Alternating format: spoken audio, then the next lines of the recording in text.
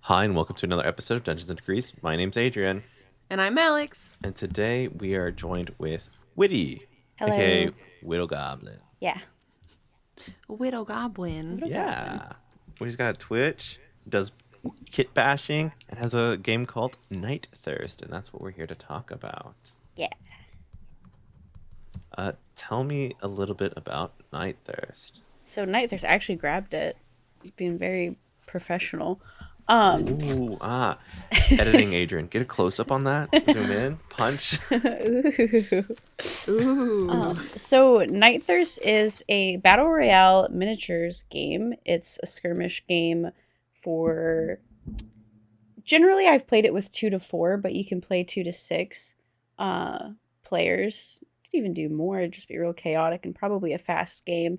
But it's a game about vampires and blood sucking. So basically, it takes place in this world where vampires exist, they have forever, and there are, over time, they've naturally evolved to different factions, different types of vampires. And at a certain point, vampires got together and they were like, okay, we're very different, but what do we have in common? Eating people, we eat people. So they came together and they made something called the Night Thirst. So it's kind of a game within a game. You're playing the Night Thirst while you're playing Night Thirst, and you are picking a vampire champion from different factions and battling it out, trying to suck the most blood before the sun rises.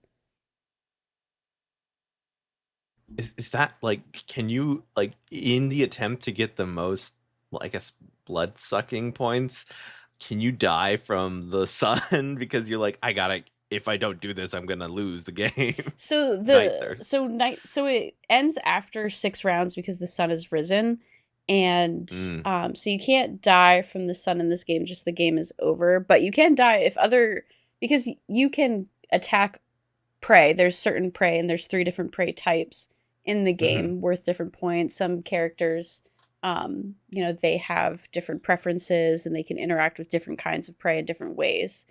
But you can also attack other vampires. You can suck blood from them.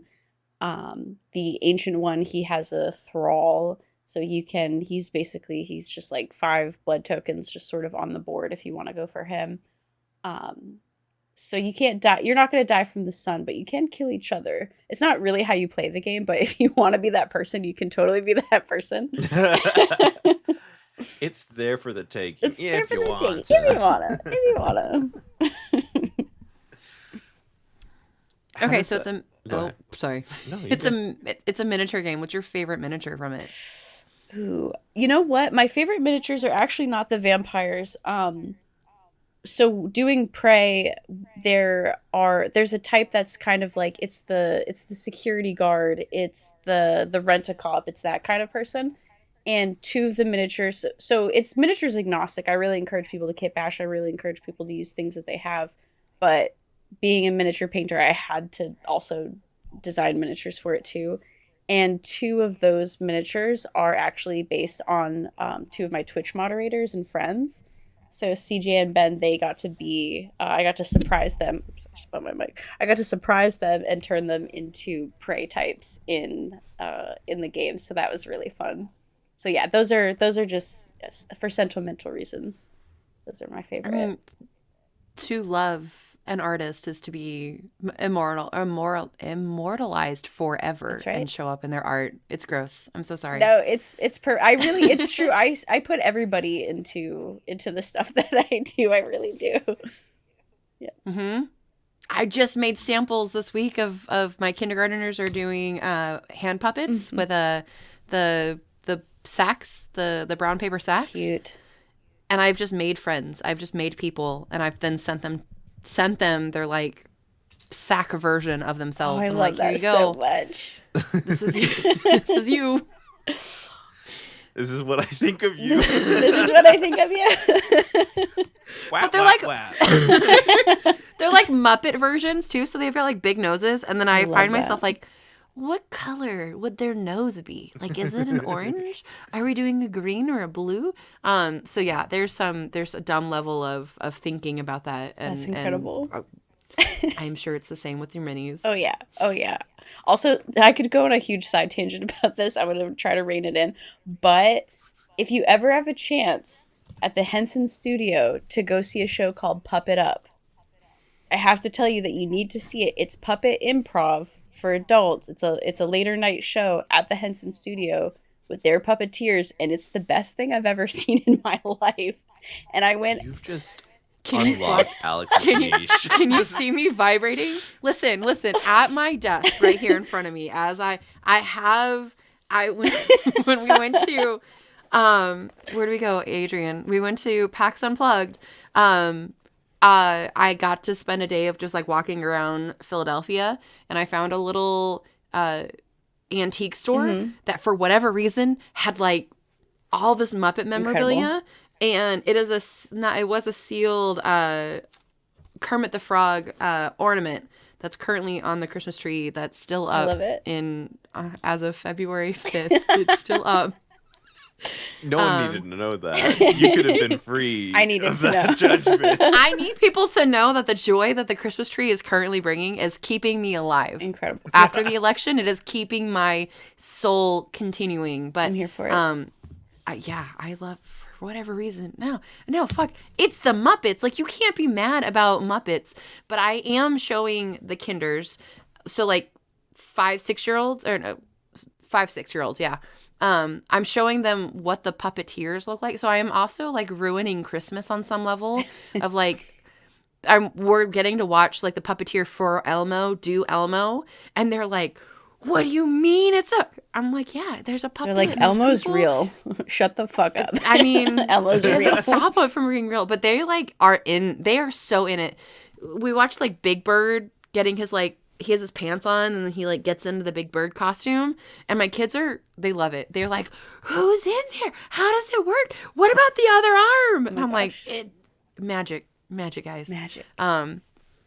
But yeah, but they know the 3 different types of puppets. They know the rod puppet, they know the hands, and then the full costume. It's real cute for kinders. So there's my side tangent for today, that if we could, this could be a whole. We love puppets. We love puppets. We love puppets. We love Muppets. That's my next game. It's puppet related. I yeah. really should.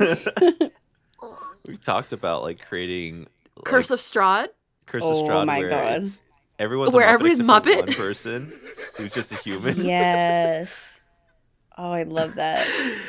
I really want that to be. That's so good. And we don't tell the thing is that on some level of the gaslighting that would have to be involved.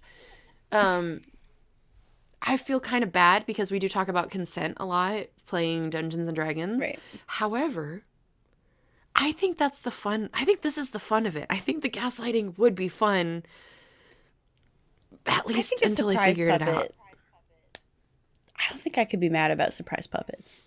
No. Just do you have think if someone get a really serious question, and then you sit at the table, and then everyone brings out their boxes and takes out the Muppet that they have for the day. Honestly, I would be so delighted to sit down at a table and everyone takes out puppets. Like, I would just be like, oh, I get to hang out with puppets now? This is awesome. So you're saying that you would not be upset if you were the only human character in a Curse of Strahd campaign where everybody is the Muppet? No. And Curse of Strahd himself is like the count. It would feel like a big responsibility because, of course, like, you know, you're thinking of like Muppet Christmas Carol and you're thinking of Michael Caine and you're like, wow. You know, that's a lot of responsibility. You know, the way that he was in that movie made it that movie. Solid. So I'd be feeling that. But I would be like, thank you for choosing me for this. Thank you for believing in me that I can do this. And I would love it. Thank you for making me the Michael Caine of this. Yeah, you are comparing me to Michael Caine. You didn't even mean to, but you did. Yeah. You either find yourself to be the Michael Caine or the Tim Curry, right? So the Tim Curry would be like an actual human in Muppet, or Muppet in human form, but Michael Caine is a human in human form. Exactly. Absolutely love that. The 4 people who love the Muppets who listen to this podcast absolutely understand what I'm saying. They're going crazy right now. Yeah. They're frothing at the mouth. I fucking know. Tim Curry's a Muppet. He is. You cannot tell me in that movie Tim Curry is not playing a Muppet. Next time someone's like, who's your favorite Muppet? I'll be like, Tim Curry. I'm going to have to say that I have actually not watched this. I just know the references. And Ooh. Alex is going to kill me What do you now. mean you haven't? Okay, hold on. You just hear my toes pop in the background. I didn't hear none of that, but thank you. Hey, hold on.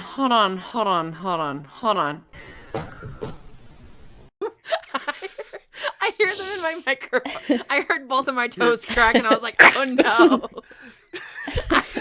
You just because you're angry You at me. perched like a bird. You just. Said, wait, what do you mean you do not? Have you not seen any Muppet movies? Are you saying that? I have not seen. This is any you guys' Muppet new movies. podcast. Watching No Muppet Muppet movies. This is the new podcast. This is your side podcast of Muppet No movies. Muppets. It is. That'll be the new main thing. We get people in the TTRPG community, and then we make them into Muppet fans. And then you're like, hey, guess what? Just kidding. Muppets. Just kidding. I mean, it was. Muppet, it's a circle. Yeah, honestly. People who like Muppets and people who like TTRPGs. It's a circle. I don't believe you.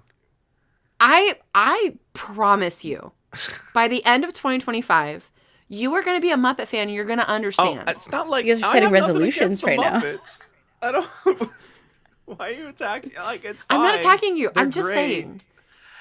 I love their work. Why did you say it like that? Like they're great. I understand. I do. understand. I do, but I haven't consumed the content. Where would I even get that? Netflix? Disney Plus? Oh, I don't have subscription. I only There's gotta borrow be some subscription stuff on services. YouTube. Probably YouTube, yeah. Jay's works at Disney. You have a family member who works at Disney. I don't know what that means for me. You don't have access to Disney. Okay, it's fine. If a family member No, works for it's- Disney, you can do anything. You can meet Mickey Mouse. You can see Walt Disney's head. I feel like you can do anything. You can watch the Muppets. Alex, is that true? You worked at Disney. Yeah, I can't. I signed an NDA. I cannot confirm nor deny Sorry, my bad. the Cut that, existence cut of that, Walt cut Disney. Just the mouse just the claw from the guy. You just A see gloved the gloved hand. So sorry. Yes. I'm revealing secrets. Dungeons I'm and sorry. I'm Degrees, sorry. a Muppet. Kit bashing. Let's Anyway. get back to the You Yeah. can kit bash a Muppet. You could commit. Is that just like because I have a loose understanding because we've had Rick Perry and we've had I can't think of the name the blind Shane. man Shane. Thank you, Shane Brockway. Brockway. Love Shane. And Shane was talking about kit bashing and all how he makes all his stuff for all his gory little games. I love it. Do you have a similar approach of just like I have to kit bash everything? Yeah, honestly, it's kind of this thing that once it's unlocked in your brain, you look at just like a regular kit on a sprue and it just is lacking. You just look at it and you go, and I feel bad saying that sometimes because sculptors made it. There's a vision there. They're telling a story, and I say this more with things like, GW type of stuff, Games Workshop and things like that. I know a lot of people who sculpt their own miniatures and they're making interesting, weird things that I don't think really need anything. Sometimes they will inspire stuff and. So there's like two kinds of kit bashing for me. There's looking at Games Workshop and going, this isn't enough for me. I'm going to take this and I'm going to either using other kits and like other miniatures that I have, or just, literal garbage, looking at things for the shapes rather than what the purpose is and creating something new, or getting excited by a friend's weird little sculpt, some funky little guy, and being like, it's almost collaborative at that point. Rather than making something better and more interesting, it's collaborating. It's going like, but I've been really into doing this to miniatures lately. What if I did this to my friend's art, kind of thing. So for me, there's sort of like two veins of kit bashing like that. What is your need? I guess your most needed tool when you kit bash. My most needed tool. My first thought is milliput. I use a lot of milliput and mix it with green stuff, but I laugh because I joke that I eat milliput like a snack. It's a 2-part epoxy putty that I pretend that I eat, and to the point where like milliput will like on my like they've like posted a couple of things that I've said before and been like, and I'm like, I love that you have a sense of humor about it rather than posting a warning being like, hey, that this woman is not eating 2-part epoxy putty. But sometimes people think I'm being serious and they'll message me and they'll be like, that sounds really dangerous. Actually, I'm pretty sure that's incredibly toxic, which it is. And I always say like, but I'm hungry. So my first thought is milliput, but I also, I have sculpting tools that I use. Thin cement for melting miniatures, very useful. I joke that also the Tamiya thin cement, you can like dab it behind your ears like perfume, also really bad, so don't do that. This is why all my streams are 18 plus, not because anything inappropriate's happening, but because I don't want to be held responsible if people take me seriously. Yeah, because we could be eating Tide Pods all over again, right? I don't want to be Tide Pod 2.0. I don't want to be responsible for that. But it's why is it food shape? Why is it food shape? You're just like, why is it? You're just mixing it up with your fingers. You're just like rolling little shapes with it. You just pop it in there. Just a little snack. I see a box of it right there.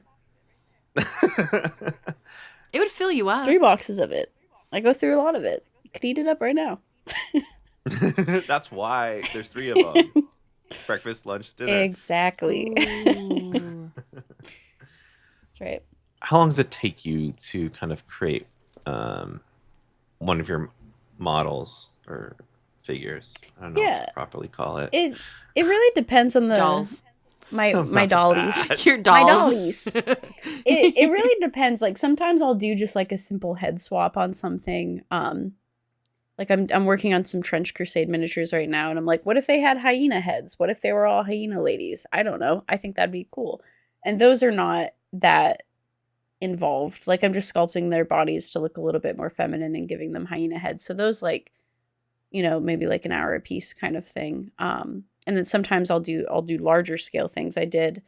I really like sculpting with Gunpla, like Gundam models. I really enjoy using those. I think they're a really great base. I actually just got to send one off into the world for. I used it as like a fundraiser for charity, which was really exciting. But that one was like more involved, just because like the scale of it. Yes. And like the time will depend too on if I know what I'm doing. Because sometimes I'll have this idea where I'll like with that one, I had this concept and I was like, okay, so I have kind of a general outline of what I'm going to do. And now I'm going to start sculpting versus sometimes I'm just pulling out random pieces and then I'll try one idea and it doesn't work. And I'm like, wow, this actually looks like shit. And I don't like this. So I just kind of start over, or I'll be doing something and I'll turn a piece a certain way and it will change everything. I'll go, oh, actually, this is this kind of model now. So sometimes I just fall down a rabbit hole and it takes way longer than anticipated. And other times it's just like head swaps. And I'm like, that looks cooler. Or like I love taking little skeleton guys and being like, all right, now this is like a 2-headed skeleton, or he's got like 3 arms and he looks all fucked up. And it's like, that takes no time at all. That's just like, smashing stuff together. But other times it's like, okay, I did this all day. I think I just take so much. I don't know. I've only had an experience of painting minis, I think. And it was my first time. Like was it a year ago? Or 2 years ago? I painted minis for the first time. And I was getting very upset because I kept hitting things. I don't know why. My brain's very perfectionist.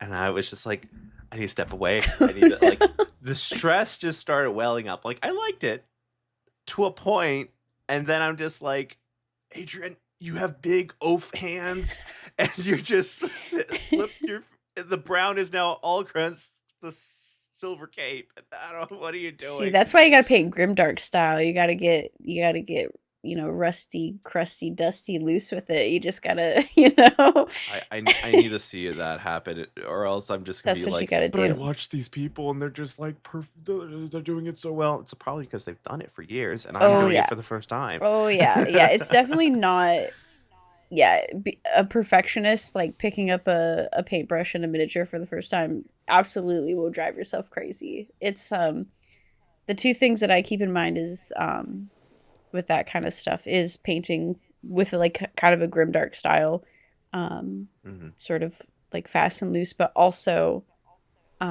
painting to a tabletop standard. So like when we look at something like this, we go, this looks like dog shit. This is so bad. This is so bad. This is the worst thing I've ever seen. But if you put it on a table where if you're playing, someone's going to see it and you step back, you go, you know, that actually looks kind of good. You know what? I can see what I'm doing. Because like I'll do that while I'm painting a miniature. I'll put it down on the table and I'll walk away from it. Because from a distance, I'll go, what's standing out right now is this cloak. That's not really my focus, though. I want that face. I want like the face is like really should be telling me something. So I'm going to go back. I'm going to work on the face. But when we're holding stuff like that, it's not forgiving. It's not at all. Yeah. I very much let go of, because for me, I think kit bashing is more fun than painting. And I do enjoy painting, especially painting gifts, like painting miniatures to give other people. I really love that. But for me, the most fun part of it is kit bashing. So I will very much gave up with the idea, like, I don't need to be a golden demon like winning painter. Like I don't need to be. And I have friends who are, and I admire their work so much and I admire their dedication. I love cheering them on. And I'm like, I'm not going to do that. And I love it for you so much though. And I can't wait to walk the cases at conventions and look at my friends' art and be so excited for them when they win. And so excited for all the effort that they put in. But I'm just like, it's not for me. I don't need a ribbon. I don't need a trophy. I don't think it's for me. Alex has never seen me like that ever. I don't think. No. I think there's two things that happen here. That it was the first time. It's very small. We also were not in chairs that were appropriate for 30-year-olds to be sitting for more than 10 minutes. That'll do it. So it was like we've been sitting like slightly hunched over and just like looking at the fingertips and like maybe reaching over and then you like realize that I need to sit up straight and then you're like, oh my god, everything is out of line, and like the like slow creak to stand was not that's those circular droids from Star Wars. That's how I feel. Just I will have to check myself with painting, because I'll get to a point where I'll be like, you know what I should do is I should put a mirror so I can look over. That would cut that out real fucking quick, because I truly. Oh, I didn't. Is it okay if I swear? I didn't ask. Yeah. Okay, I don't want to make it. Okay, fuck it. I don't want to make you guys edit stuff. Like, it's like I started, like when I first started doing YouTube videos, I absolutely edited out swears, and very quickly I was like, I can't do this. It's not a long-term thing. You cannot. It's not sustainable. But I maybe that's the solution, is to put, because I do the same thing. I'm like, listen, 30 plus, we can't be doing this anymore. We can't be hunting. No, we need to do the Princess Diaries where the scarf is like wrapped around your shoulders and you're like, I've got to paint fully straight up and down. You know what? And start streaming like that. We have a redeem, like a channel point redeem on Twitch that just says sit up straight, Witty. And I'm just like, oh, thank you so much. What a good redeem. That's so, you know what? That's a really good idea. It's very helpful. That's a community coming together. That's right. They're just like, hey, you little shrimp, cut that out. Thank you so much. My shrimp body. My little shrimp body. Was there any because we met at PAX U, was there any kind of events for kind of miniatures that I wasn't aware of at the time? Or so PAX U had like a miniature section. They had a painting competition too. I don't know if they had anything with kit bashing. So that was my first PAX U, and I tend to, when it's the first time going to something, not sign up for stuff, because I'm like, between like showing up, seeing the people I want to see, you know, I usually have like, you know, some scheduled like meetings. There's like after party type things. I'm like, between that, I'm going to be so fucking tired. So we're just going to focus on that for the first year. And then maybe the next time I'll do like actual events. But they had like a good sized miniature section and a lot of people selling miniatures and stuff too. And I went and walked the cases and stuff. Like people were doing beautiful stuff over there. I think I feel like I missed because this was our first PAX U too, but it was Mm-hmm. also our first with like a media pass, and I didn't know the requirements, so I was running around trying to interview people that I Oh. said yes to immediately. So I was very Yeah, you sign up for I the was media overwhelmed. badge and you get like 10,000 emails. Yeah, I didn't know that, so I I was said very. yes to a shit ton Oh of them, and then I'm like, oh wait, I'm still getting more.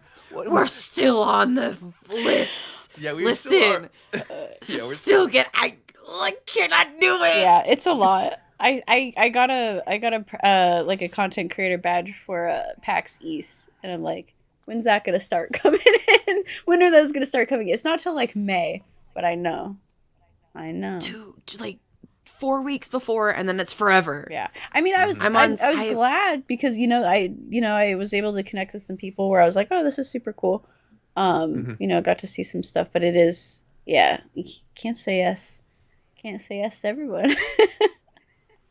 Nope, that was mistake number one. Also, it was my first time trying to do cosplay. Mm-hmm. So I had like 3 interviews, I think, in clown makeup. So I love that so much. Yes. I haven't. and Alex isn't. So it's just like there's Alex is one not. clown. Alex- And this guy is. This other person is. I did Miss Argentina in Love 2016, and I had my face and my shoulders painted. I had everything else was like I had what is it called? No, I didn't. No, I had my arms painted. Nope, face and arms. And said never again. Yeah. My sensory nightmare. And then you don't want to touch anything so you don't mess up your makeup. You don't want to be touched by anybody, which doesn't help because my love language is physical affection. And then you're uncomfortable the whole time because you're like, oh, I can't even sit straight. And then you can't scratch your nose and You like go Nope. to and you're yeah, I haven't done cosplay at a convention yet. And it's gonna have to be a real particular cosplay when I do because I can't be too much makeup, can't be too much. I kind of like the idea of doing one where there's like a helmet or something and people like don't know that it's me and just having a day where I'm just like a mystery. Just get to be mischievous, but we'll see. We'll see, because I feel like that adds a whole other element to conventions when you're like, also I have brought a costume and I have to get in it and I'm in it and I'm committed to being in it and I'm committed also, like, how many spoons are in my drawer? Okay, I'm committed to having conversations about this because I have asked for people to talk to me now because I am in a costume. So people are going to say, hey, I would like to talk about your costume, rather than just being like, you don't know who I am. Yeah, that's the thought process I had going into it. I don't want to be recognized. Dude, God, all the paint, God. I'm so glad when I go into the Hilton, just everything was fine. I was just like, all my spoons are gone, and now I have to just go through the motions. It is really funny, though, when you're in cosplay, because, like, being in cosplay for a long time, anytime I'm in cosplay on, like, for a stream or something, like, my streams are typically 3 hours, but I usually take an hour to get ready for stream. But if I'm cosplaying, I mean, depending on what I'm doing, add at least an extra hour to that. So it's so funny to catch yourself after you've been cosplaying for like 6+ hours, or when I've done like, really long streams, it's like 12 hours or something. And then you look at yourself in the mirror and you're just like, oh no, that I look so dead inside. You're just like, you like look silly, but you're so tired and just flat face. You're like, you just jump scare yourself in the mirror. Oh my God. Yeah, I'm surprised anybody talked to me after that. It's crazy. I just forced myself to just be there. I'm just like, I'm here now. I'm going to be here for 2 hours or so, and then I'm going to leave. That's brave, though. Like, being like, I've never been in this convention before. I'm dressing up. Like, Okay. I've never been in this climate before, so let me just fuck it. Let me see it. Like? Let me see what I can do. I was in shorts the first day. What? And it was so cold. Oh, it was because like, shorts and sandals. I'm from New England. I was cold at that convention. Damn. I toughed it out. I think I was just too excited. I was just too like revved up. vibing with energy. Damn. It's amazing. Yeah. But Adrian, we brought up cosplay. I want to in public. We need to do Mermaid Man and Barnacle Boy, please. Okay. I'm gonna be Barnacle Boy. I don't want to paint a starfish on my nose. Okay. Okay, I'll do it for But I'll do it for you. Wait, does that character have glasses? I think it's just big eyes. Barnacle Boy has like a mask or glasses. Like, mask or glasses? I think they show him as like it's glasses, but like they're just big eyes. It's just big eyes and then a band, which I think is supposed to be glasses. Is that the dream cosplay? Oh my god! For me, absolutely. Until the next dream cosplay happens. Who would be mad at Mermaid Man and Barnacle? You see them together. You can't be mad. You see one and you're like, that's fun, and then you turn, you see both, and you're like, well, now it's a party. This is delightful. Yeah, I'm having a great day. Yeah. And they can be the old versions. Like we could be wearing slippers. We could be wearing slippers. Versions. I'm like, there's two versions. Like, oh yeah, they're old at one point. The cozy version. Yeah. Cozy. Oh, yeah. Slippers. Oh, slippers. Yeah, that's what you got to think about with convention cosplays. Like, what's the most comfortable outfit I could have? Where I'm basically in pajamas. We need more main characters in pajamas. Put the main characters in pajamas. You be Thor. Thor is they gave the Thor cosplayers pajama Thor. You mean the like house I'm done coat? with is that with his Thor. belly out? Yeah, that one. Yeah. That's the best Thor, I think, in my opinion. That's a good Thor. That's a good Max Thor. Cozy Thor. Yeah. Max Cozy Thor. Yeah. Except for Texas, like that's not a cosplay you do in Texas because it's like a hoodie and then a robe and then it's your whole body is covered and oof, absolutely not in 100 and. Are you calling me out in my decisions during the summer? I do that all the time. Do you wear a hoodie in the summer? Yes, I'm very insecure about my body. Okay. I'm not that. When you say it like that, I cannot You're fight chickening you. up. Stop that. I'm getting better. It's too like. Because when that was the go-to, and now that's just a comfort thing. When I just feel uncomfortable, I just put the hoodie on. Stop the chicken wings. I do realize I almost never leave my house without like a hoodie or a jacket on. I just realized that just now. Like stream, I'm always like hot, so I usually am in like a t-shirt or something. Yeah. But interesting. It's gonna be an adjustment moving to the West Coast. Do we unpack that? Oh yeah, it is. Well, I mean, there's opportunities for jackets. Oh yeah, definitely. We have like 4 days a year in Texas that we can wear, like appropriately outside. We finished with those days. It's done. It seems like. Are y'all? Yeah, we're supposed to be 80 like all fucking week. I can't do it. It's February. Damn. Back to 74 today. It's 0 degrees here. That's what it should be. It should be. I want that so bad. It's so bad. It's fall right now. All right, deal. Yeah, it's 80 degrees tomorrow. What the fuck? That's 80 more than here. Wait. Are you? Yes, but that's how it works. It is 80 more. Are you guys going to PAX East? No. No. Listen. There's a couple of things. I have a move. I'm moving to you. I'm moving. We're just taking your house. This apartment is up for grabs now, so we're gonna swipe out. Yeah, it's pretty cool. No, I'm moving up to Virginia over the summer, and I don't fuck moving across the country, dude.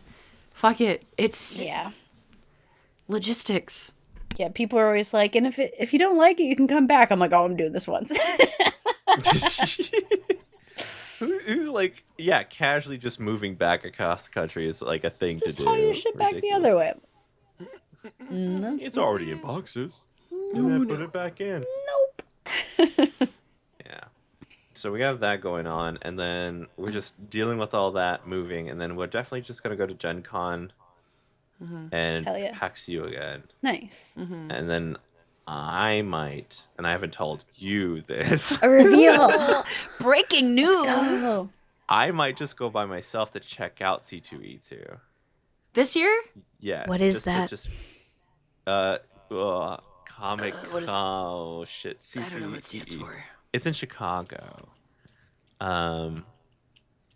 And it's got Chicago Comic and Entertainment Expo. There we go. Oh, Chicago's cool.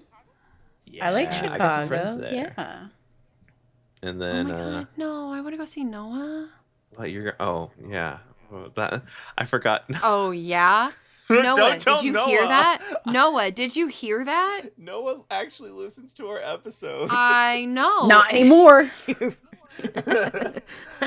Noah will still listen because of Alex, but we'll mute the parts where I'm talking. So It's dedication. yeah, I'll tell. Oh, I haven't finished it up, but I wanted to check it out because me and Alex had talked about trying to go to C2E2 at some point because you like Chicago and all its stuff, right?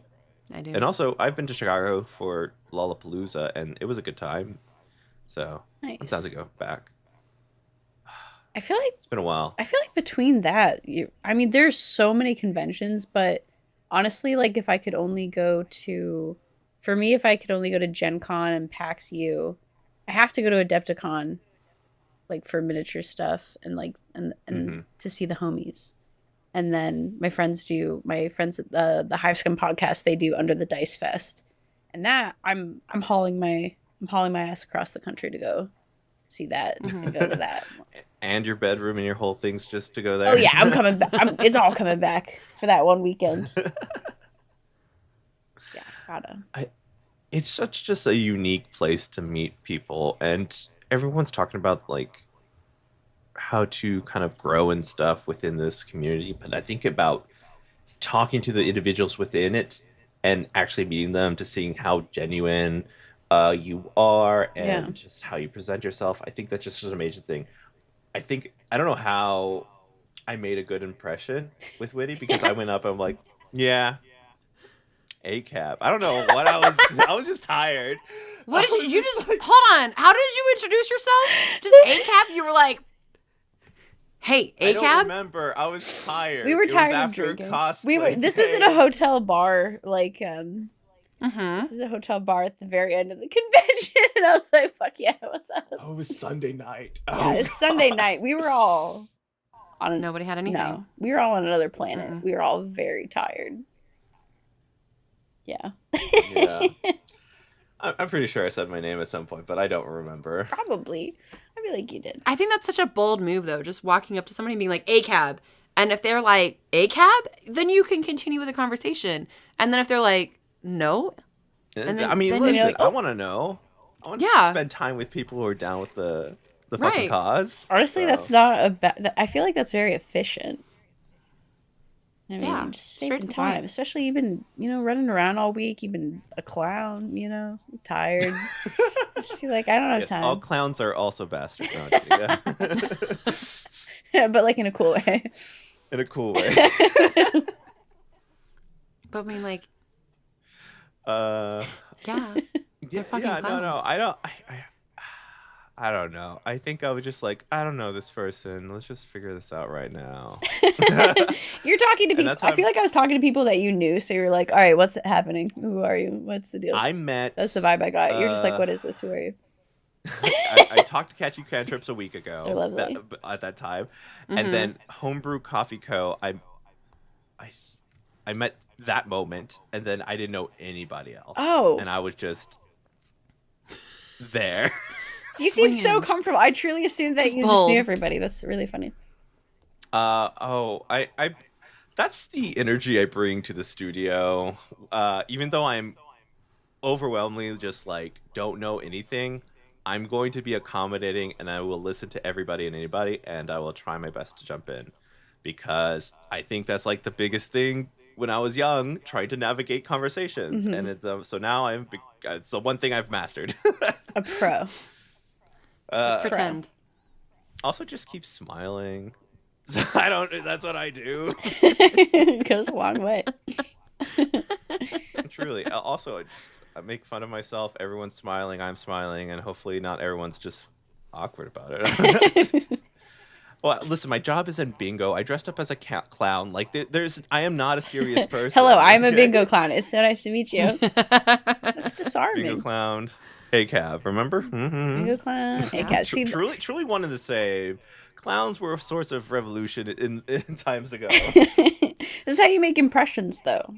You know what I mean? Because you're out at conventions and you meet a lot of people and you connect with people and you go home with like a big old stack of business cards. But it's like, whose card are you going to look at that they handed it to you and be like, oh yeah, ACAB clown, bingo. Oh yeah. That makes sense. And I think that's why I kind of wanted to go to like C2E2 to just kind of already jump into the sea of what I need to expect to fully be okay with when we come next time. Because Alex is going to need that time, and I can be that kind of rock kind of thing. I needed you to wrap in the E2 because you said C2, and then I was like, "Where's that E2? Give it to me! Give it to me in the speech." Did I not say that? No. Like you said C. I need a C. Oh. So then Alex 2, and I was like, "Where's the E2?" Okay, I've already trained the idea that I will say E2 after C2. Okay, my bad. Yeah. Yes. But yeah, I really do appreciate Adrian going to these things first and then being like, "Hey, this is what we're doing." Because then I'm like, yeah, like I know what's to be expected. I know that part of it is already like worked out, and it's at least a safe place. Mm-hmm. We did not do that with PAX Unplugged, but we were with people who have been to PAX Unplugged, or I assume. I had only heard good things about it. I had only heard positive things, and was like, let's try it out. Let's give it a go. I was like, you know what? I will be back. Philadelphia is such a weird place. I dug it. I don't know what I expected. Yeah, I liked it a lot, but everything was really walkable. Like super convenient. Like that, like a market across from the convention center. I was like, I'm spoiled now for other conventions. I'm going to be absolutely spoiled. But I'm like, what do you mean I can't go just like get an iced coffee right now without waiting in line for more than like 5 minutes? What? Yep. Yeah. I think that's why it's weird for us because everything's not walkable in the areas we live in. Yeah. It's just it's nice, and that's what disturbs us.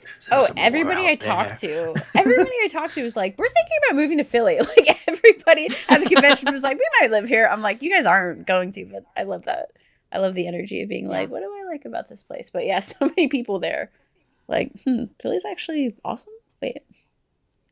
Yeah, and it was strange. It was really like it I don't know. I walked to the Airbnb we were in was in walking distance, and then I went to a concert, and that from my Airbnb was walkable, and I was like, cool, like I don't mind going there.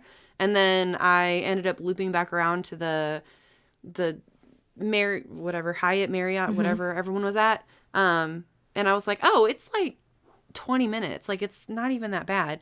Yeah. From the concert venue. And I was like, I'll just make that loop. Like it wasn't. So I think that was surprising. Like there's no need for any even public transportation, which I found was really, really cool. Yeah. I did not appreciate the lack of scooters because I love scooters. And that's one thing that Gen Con definitely has that I love.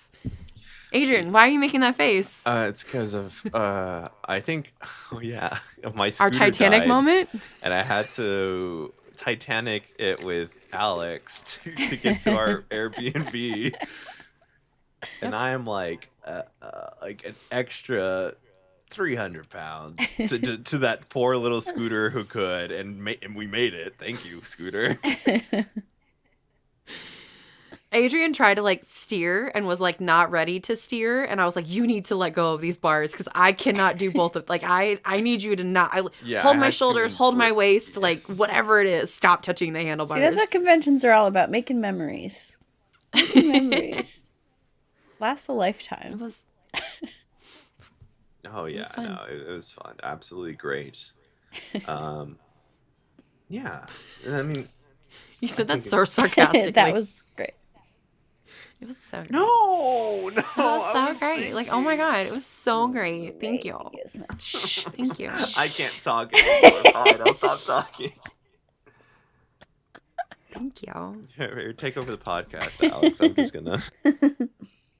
You know what? That's a really effective voice, especially if somebody's talking back at you. I use it as the tactic in my classroom to emotionally manipulate my children. When they're like trying to talk back, I'm like, oh, it's cute that you think that hurts me. Like, oh my God, I'm so sorry. Can you try that again? And they're like, Miss. I'm like, I don't know what you're talking about. I'm just a little girl. Like, you're just like, so man, nice. They're like, this isn't fun anymore. Damn. Like, yeah, I grew up in a middle suburbia town. So like whatever you throw at me is not going to be as bad as the white girls I went to school with. Okay, thank you. I am invincible. Thank you. They were the worst. Yeah. White girls in middle, I don't know what middle class. Thank you. Vicious. Upper middle class white girls. Vicious. They're so awful. Mean Girls. They made a movie about it. Adrian, they made a whole ass movie. It's a documentary. It's a documentary. I'm afraid to talk and make someone upset. Not the white girl population of our podcast listeners. It does make you think, though, about children today. And it's like, truly, what do people get made fun of now? Because nerdy shit is cool. Like, nerdy shit is default cool.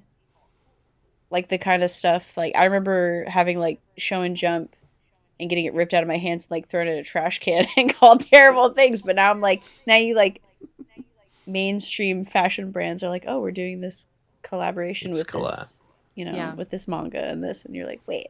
Naruto, wait JJK, One Piece. Yeah, what do people get made fun of? I don't know. That's a good question. I should ask my nephew and niece. They're like 12 and 14. Ask them. I'd be curious. I ended up in New York by accident and then was like, hey, I'm in New York. Whoops. And what an accident. Whoops. I'm in New York City. And one of my friends is Shane. You were talking about Shane earlier, him on the pod. Shane was like, oh, are you in town for the Dimension 20 show? And I was like, I fucking forgot that was happening.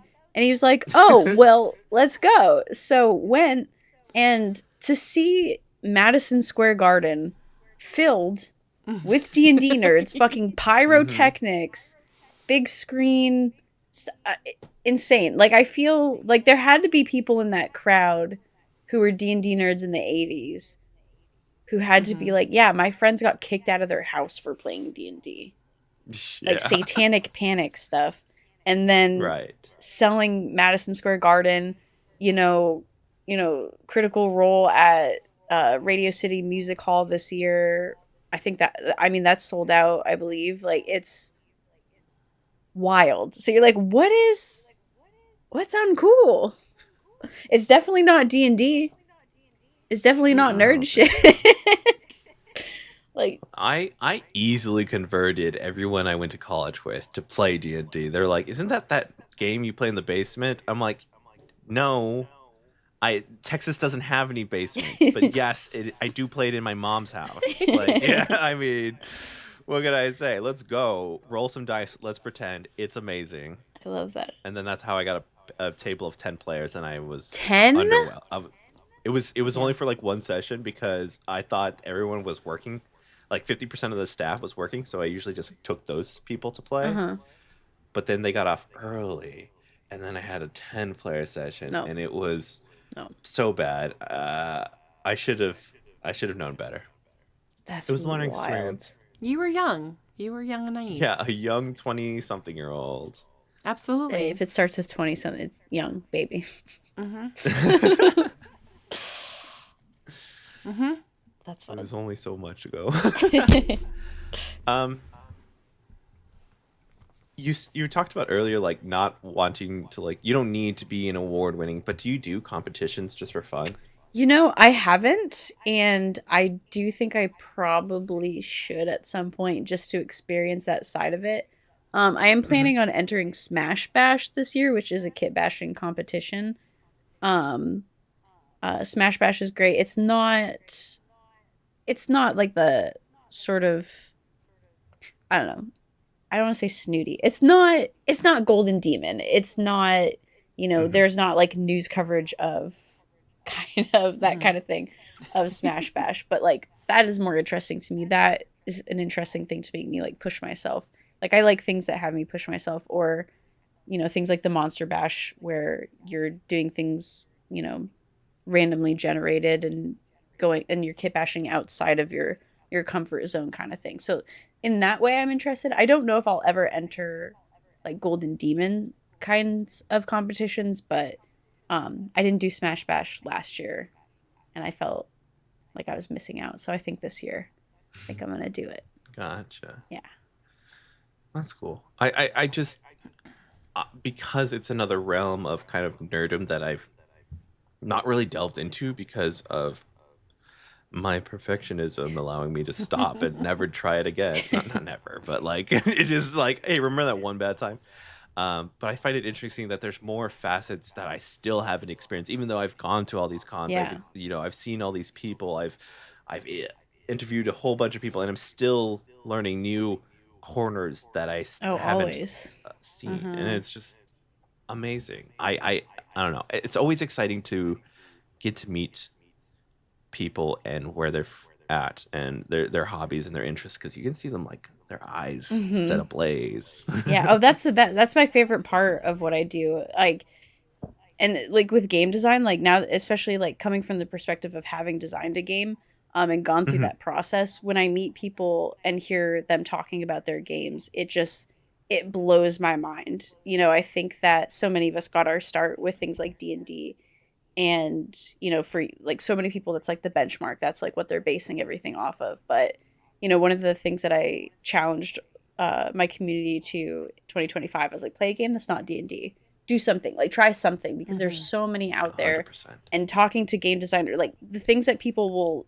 especially experiential things, adding like, thinking about things like 10 Candles, thinking about things that are adding like environment, about physicality to games, that just like blows my mind. People will say something, I'll be like, how did you think of that? Oh my God, your brain. I just want to like dive inside and like look around and getting people talking about those things and like the process behind designing stuff like that.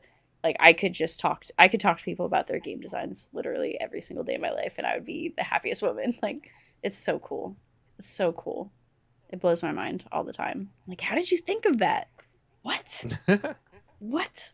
Like thinking about an experience and saying, how do I turn this into like something that anyone can sit down, look at this rule book and like recreate. But obviously it will always be different because everyone's different, but Right. It's wild. So wild. Alex, was that your first physically not D&D game that you played, 10 Candles, during New Year's? Like Something was that wasn't just dice and paper, but something entirely different. Not entirely, there's still paper, but like a different medium. Because when I first played it, it was just, this is such a cool mechanic. Why didn't I think of that? Oh my gosh. I would shake my fist at the air. I watched it on Geek and Sundry when that was still up on YouTube. So I watched the game of 10 Candles before, and I was interested. I'm just a big scaredy cat, and so I'm never going to be the one that's like, hey, we should do the scary thing, because that's just not my personality. But I find myself drawn to that type of media, right? We talked to Dark Dice. I just got all caught up in what they have out, and there's something about that storytelling element that I really like, even though I'm a big scaredy cat. And like, I think that part of it is what I think I'm leaning into, is just like, why is that eliciting such a response in me and my brain? But I would I think that would be the first time that I just had to like run through the Rolodex. Yeah. But yeah, that extra experience of like actually sitting in a dark space in a dark cabin with just the candles. That's the first like immersive, I think, experience I've ever had, especially because a lot of our conversation came right after or right during COVID. Anything that I've done has been online. So even playing Alice is Missing was online. And most of the D&D I've been playing, or any Thirsty Sword Lesbians with you, anything else has been on the online. That one up. I love it. It's so, but like that's even the same thing about you. Like, even I know you as a storyteller. I know you as a game master. Watching you try to play and navigate that was also just as fascinating as playing Dungeons and Dragons with you, even though you're uncomfortable. And seeing you uncomfortable makes me feel more comfortable because I'm not by myself in that like feeling. So playing games together is being brave together. You're, you know, whether it's D&D or like any game, like it is a vulnerable thing to be like, hey, we're a bunch of adults and we're about to play pretend together and explore, and like sometimes explore topics where you're like, whoa, okay, we're fucking talking about this right now. Like, you know, wasn't, you know, this wasn't on my like today like to-do list to talk about this kind of stuff. But yeah, it is, playing it's so interesting. Like it's like you're tapping into this thing about it. There's like this element of, you know, it's playful, it's silly, it's childlike, but also in doing that is like so vulnerable. It's so vulnerable. Like anytime like people are because people talk about getting together to play games and they talk about like the scheduling and the this and the that, but like I'm always so grateful when, you know, sitting down having a game with people. I'm like, hey, thanks everyone for being brave with me. Like, thank you so much for being like, it's okay if I look stupid.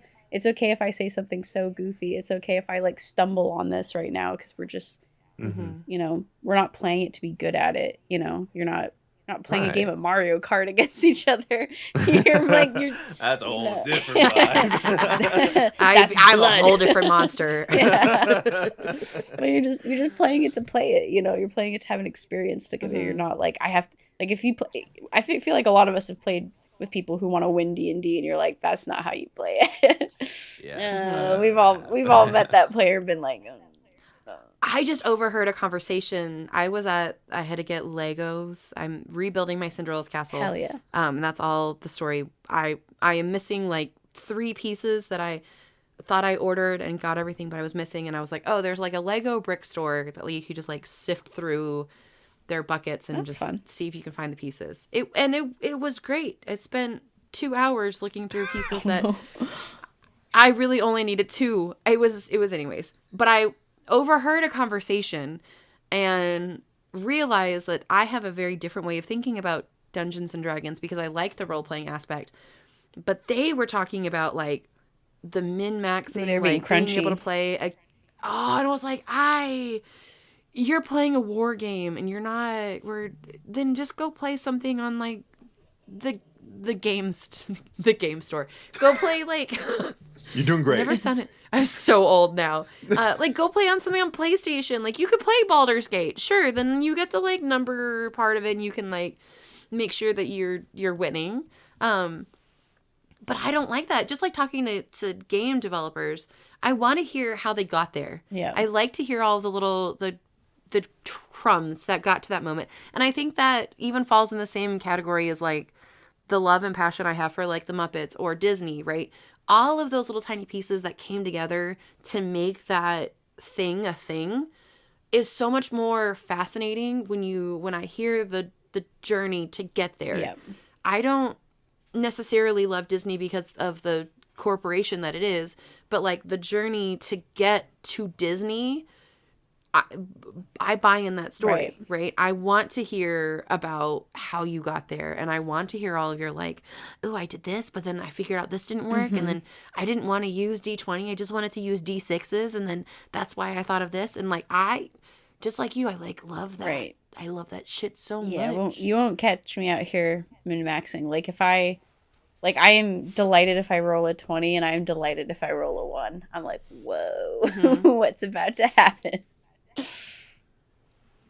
I think I rolled a character where I had 2 positive modifiers of +1 and everything else was negatives, and I was like, I'm trying to chum it up with these heroes and I am sorely not doing well.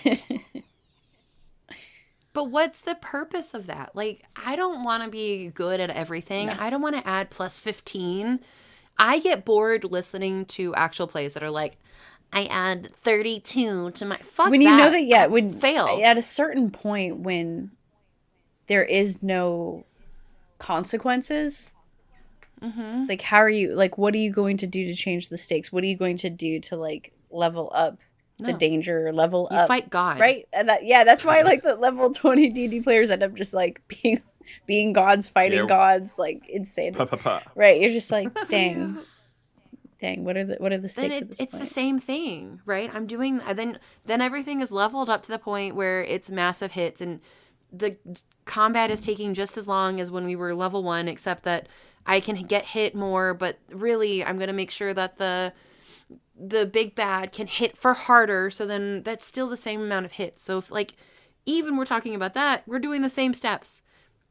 Let's say you can get hit 6 times, period. I don't care about HP. You get hit 6 times, that's it. You're dead. Something has to happen. Remove HP entirely. Just, you get hit 6 times. Enjoy. Really cool. Let's tell a story. Yeah. Yes. Yeah.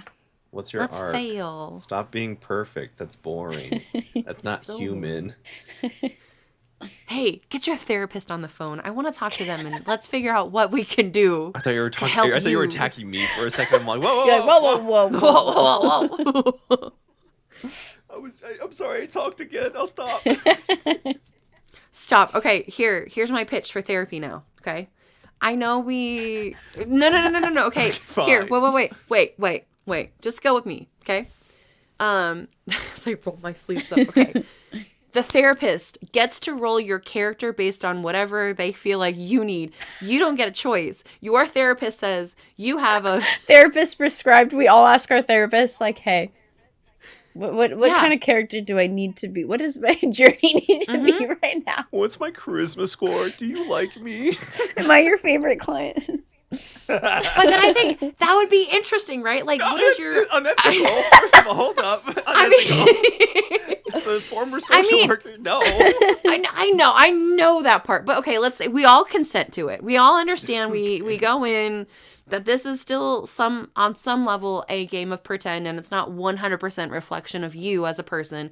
My negative 2 charisma score is not actually my negative 2 charisma score, but maybe that's something I need to work on, and I need to, like, experience what it would be like if I don't feel like I can just get what I want based on, like, being pretty, or swaggery, or whatever thing you want to say that charisma is, right? But then the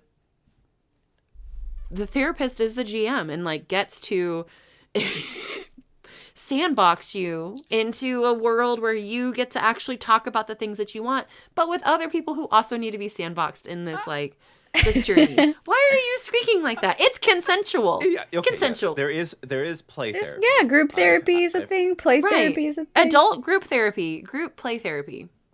Is that not what D&D tables are? Kind of.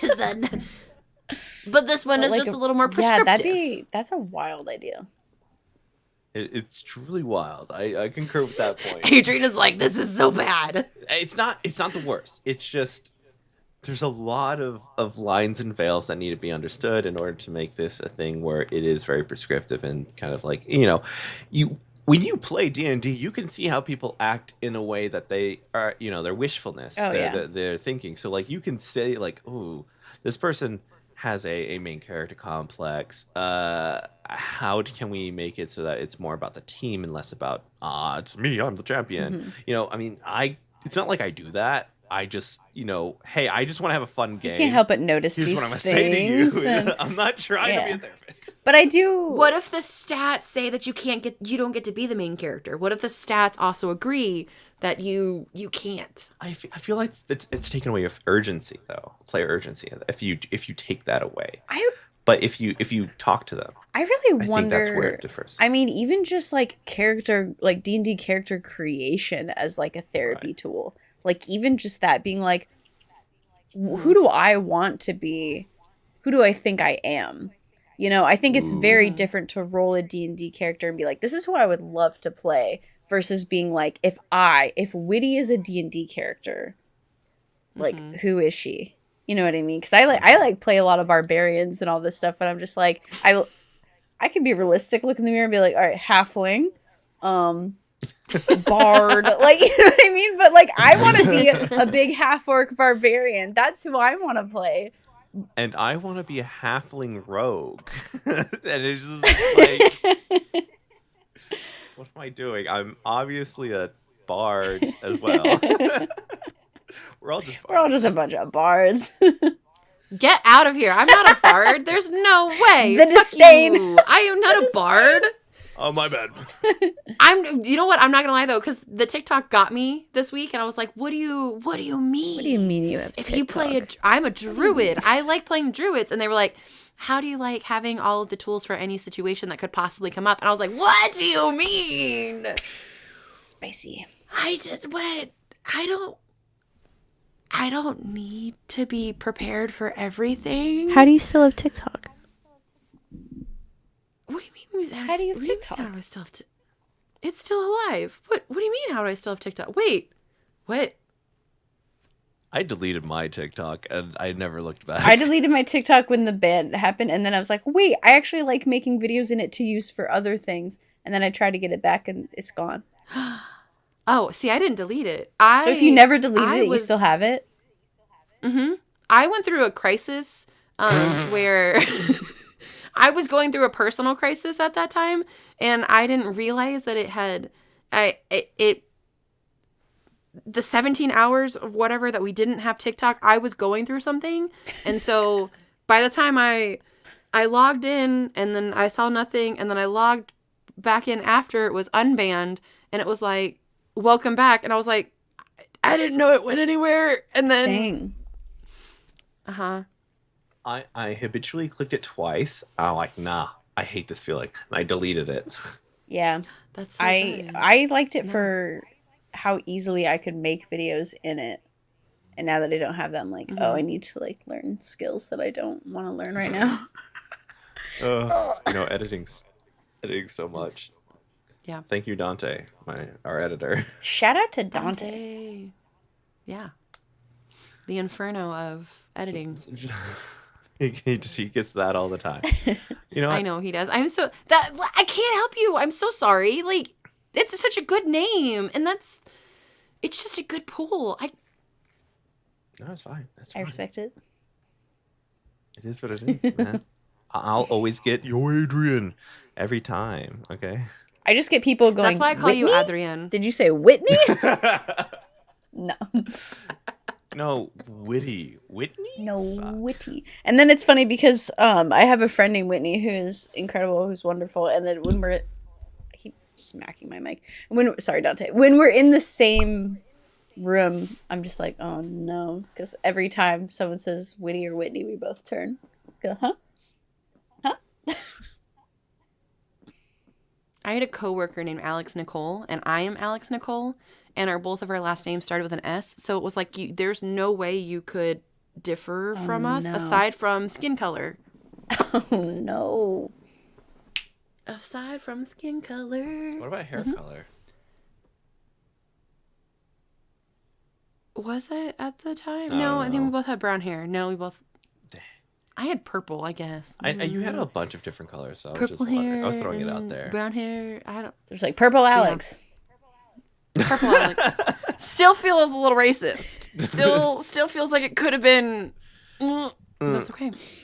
All right. I love this, but I must cut it off for the sake of the editor. Again, shout out to Dante. That's fine. Yeah. Not Adrian. Fuck Adrian. Editing Adrian. Stop. Yeah, Dante does our video stuff. I do this. Oh, nice. No, Anyways. you're great. Witty, where can they find you? Oh gosh. The easiest way is to just do whittlegoblin.com. WITTLE goblin.com. That's where I have everything. But I'm on Twitch, I'm on YouTube, I'm on Instagram. I'm not on TikTok. I'm not on Twitter. I'm on Blue Sky.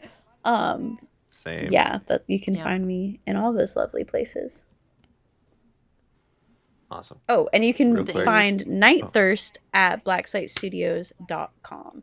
And we're actually coming up on the 1-year anniversary. Come Valentine's Day, very romantic, sucking blood. Happy birthday. Happy birthday, Night Thirst. 1 year old. Yeah. The vampires.